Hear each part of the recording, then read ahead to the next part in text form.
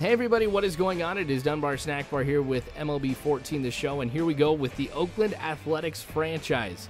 Now you can see that the Houston Astros are sitting pretty at 11-6, and I've been surprised that since this season has started that we've been neck and neck for the top spot in the AL West. So this game is going to give me the best chance, and this series I should say is going to give me the best chance to really put some distance between me and the Astros.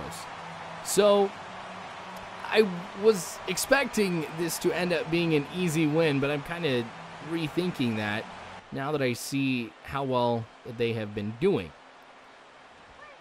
So starting things off, Astros are going to get the first hit of the game because that one's going to get past Donaldson and out to Cespedes in left field.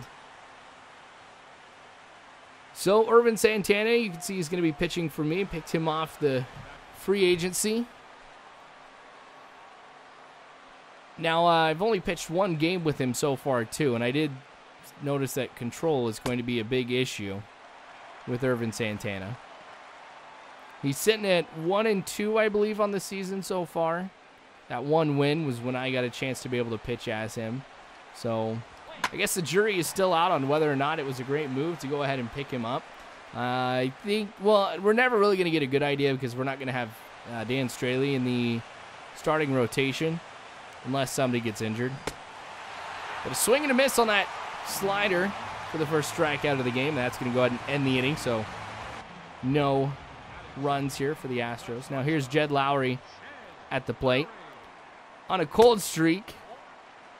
So I'm looking to do everything I can to try and get him a base hit. And Scott Feldman, who's pitching for the Astros, wow, he's injured. Okay, well, this is the first time I think I've actually seen an injury take place during a game in the show. So, Raul Valdez is going to be coming in. So, this really could be a terrible thing for the Astros. Because with Feldman coming out, you've already got one trip to the bullpen within 2 pitches of the game starting. And I don't know, we may be seeing a lot of people from the bullpen. All right, so Josh Donaldson hitting this one out into center field for the first base hit of the game for the Athletics. So we get that out of the way, and hopefully many more to come against Valdez and anybody else we might end up facing in this game. All right, so we're going to go ahead and switch now to the top of the second. Going to be trying to see if I can get this two-seam fastball to sneak inside. It works. Got him jammed, but Sogard not able to go ahead and make that catch. And geez, that was embarrassing. A double off of that. Wow. Now, I don't want to necessarily go ahead and blame Sogard for it. Because, I mean, it makes sense it would be out of his reach and everything. But, I don't know. I'd figure Coco Crisp or Josh Reddick would have been able to field that one well. So the throw in from Coco. Jaso will be able to apply the tag. So Dominguez is out at the plate. That's the second good play we have seen here at home since the series began. Wow, reaching back. I remember doing a play like that when I was a catcher. Like, I just straight up dived to the side after I caught it. But, man. All right, so that fly ball ends the inning there. Bottom of the second now. Count is full to Kendrys Morales. And he's going to end up drawing the walk. So Valdez walking Morales. Now that brings up Yoenis Cespedes.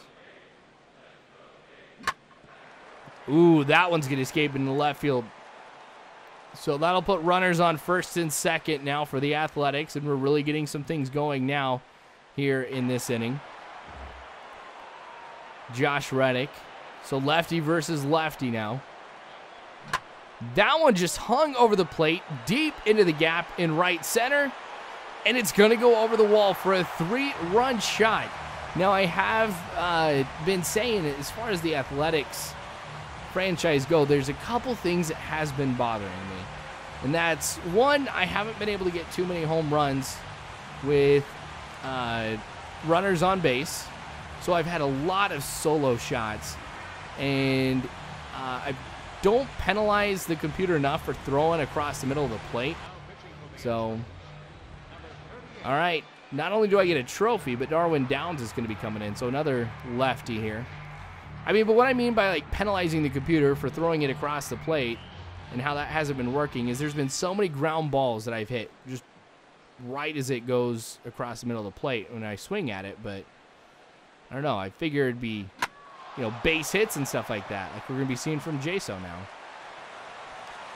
Because, yeah, whenever I go ahead and I throw a ball and it ends up across the middle of the plate, it's always a base hit, you know, of the worst kind. I mean, it could be home run very easily. We see a lot of that, actually, with the Nolan Ryan series. Just times that a ball goes across the middle of the plate and it ends up being a base hit. But when the computer does it, I hit into, like, a double play or something like that. So, Coco Crisp. I think it's, like, home run number 4 or maybe even 5 for him on the season. So, I always knew that Coco Crisp could hit for power, but we're really seeing it here. Like, I've had more home runs with Coco Crisp than I have stolen bases. And I think maybe even singles. I don't want to say that. But, hey, I'm happy about it because not only does he bring himself home, but Jaso too. So, now we've got a 5-0 lead here in the bottom of the second. And we're not quite done. Jed Lowrie getting a hit through the middle. And that's good to see because with Jed Lowrie and the cold streak that he's on, the only way, of course, I'm going to be able to get out of it is by getting these types of hits. So, it's good to see Josh Donaldson again getting another at-bat. The count is full. That's going to get hit well into left field, but that's going to go off the wall. I hesitated a little bit. Otherwise, I might have been able to go ahead and bring Lowrie home. So, 2 runners in scoring position. Matt Albers coming in. So, the first righty that we'll really be facing here in this game. Now, I don't think I'm going to go ahead and really change up my lineup at all because you guys have seen whether I faced a lefty or a righty as the starting pitcher. I do go ahead and make a lot of significant changes to the lineup. Like I'll have Cayaspo at second if I'm facing a left-handed pitcher versus Sogard. And, you know, I'll have Norris instead of Jaso in at catcher. So, but I think I'll kind of leave things the way that they are. We'll see what happens. Now another base hit for the Astros. They've gotten a few in this game. I mean, not anything to be concerned about, but they've definitely been hitting well. And when I was looking at this, I was like, okay, well, Astros aren't on there. I'm wondering how they're getting all of these wins. I mean, they're not, you know, doing ridiculously well with batting average. Jaso should be able to catch that one easily. And, I bet it's their pitching. I bet that's what's getting them all these W's. Reddick hitting this one into left field, and this one will be caught. That was actually a really great catch, too, by Grossman. Get a chance to be able to look at this one again.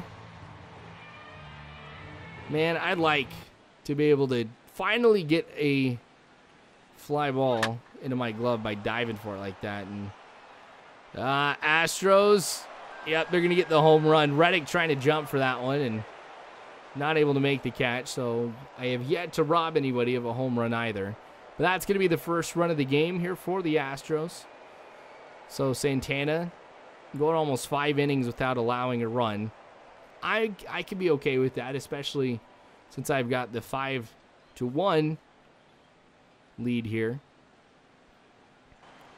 Now, the offense that we've put together has really died down since that big second inning that we had. And now we're seeing the Astros really start to explode. So we'll see if I'll be able to produce any more runs, of course. Because since we're going up against a lot of the pitchers from the bullpen, could be seeing a lot more here of them. Or a lot more different pitchers coming in, and then I don't know, because that could really work well towards them, because then that means I have to get adjusted to a new pitcher and the speed and what they've got. Not good. Anyway, José Altuve at the plate now. I gotta say, I have a lot of respect for this guy because of his size. I mean, one of the things I like about baseball is, while yes, it is advantageous in some positions to be, taller or, just a bigger guy all around. But José Altuve, not that at all. Still plays at the major league level. So, I mean, you can get somewhat of an idea of his size if you didn't know from here. But, yeah, mad props to him. I mean, that just shows his overall ability. And he plays second base. But you do have to have some pretty good range. So he's a quick little guy, too. Man. That one did not go over. But I'm seeing a couple big hits for the Astros against Santana. Still got him in here, of course, in the top of the 6th. That one's going to get past Lowrie. Coco going to curl hop that one. I probably should have just gone home with it rather than throwing to Santana as the cutoff man. And I might be able to go ahead and, or might have been able to go ahead and get him out. So, yet another pitching change for the Astros. Now, this could really end up hurting them in some of the future games that we have in this series because they're going to their bullpen quite a bit, and I'm wearing them down. Oh, Cespedes with a home run. Now, I mentioned with Cespedes, doesn't necessarily have the best contact attributes, but he does have a good power hitting attribute. So when he comes up to the plate, there's a lot of times I'm just going to go ahead and mash that square button, that power hit. He did right there, and it ended up giving me another run. So that'll be a total of 6 now for the Athletics. I'm feeling pretty good. That'll give us a chance to be able to hold off the Astros, as they now only have 2 runs. So that one almost hit Santana. A good throw by Sogard across his body to go ahead and get the out at first. Bottom of the 8th for the Athletics. Still maintain our lead. Waiting for the pitch. Brandon Moss will hit this one in the center field. So Brandon Moss, of course, my DH after I went ahead and put Kendrys Morales at first. And so he's been pretty he's been hitting pretty well at the DH spot. Been giving him, of course, a little bit of a rest, too. Like, sometimes I'll put in Callaspo to hit for him. So, I do like the versatility and the flexibility I have all around with just my lineup. Reddick hitting this one deep. This could be home run number 2, except for the fact that it's caught at the wall. Guys might not have been able to get a good look at it, so here we go. Yeah, just really stretching for that one. All right, top of the 9th. Santana still in right now. Broken the century mark as far as pitch count goes. And with this ending up being a double, I don't think I'm going to go ahead and have him in for that much longer. All depends on what we see for the rest of this. Do have a couple pitchers warming up in the bullpen. And Reddick, yep, he'll be able to get there, but the throw on over to third won't be in time. So the Astros will have a runner 90 feet away from home. So a deep fly ball could allow him to tag up since we've only got 1 out. Of course, a base hit will bring him home too. So that, of course, will hold him at third. Make the play over to first for the out. So 2 down. And get ahead in this one as far as count goes, 1-2, but that's going to go out to Reddick.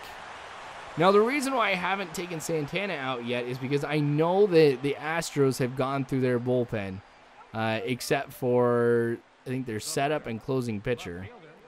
Now, if I can go ahead and give my bullpen a rest, though, for a day, then it'll give me a big advantage throughout this series. But Ervin Santana is allowing hit after hit. So I am kind of on the fence now because now the tying run is at the plate. Do I trust him to get the job done? or do I go to the bullpen? I'm trusting him. And it looks like that was a smart call, as Reddick will make the catch to go ahead and end the game. So the Athletics end up beating the Astros by a score of 6-3. And after this game, there's a lot of question marks for the Houston Astros. I mean, how much is that injury to Feldman going to hurt them? When is their bullpen going to be able to get some rest? I mean, things are going to get pretty crazy for the Astros here in the next little bit, which will only go to help me out. So, of course, more of this to come later on, so make sure you guys subscribe if you haven't already. You can follow me on Facebook, Twitter, all that great jazz. But you guys are phenomenal people. You really are. Thanks again for watching, you guys. And as always, I hope you have a good one.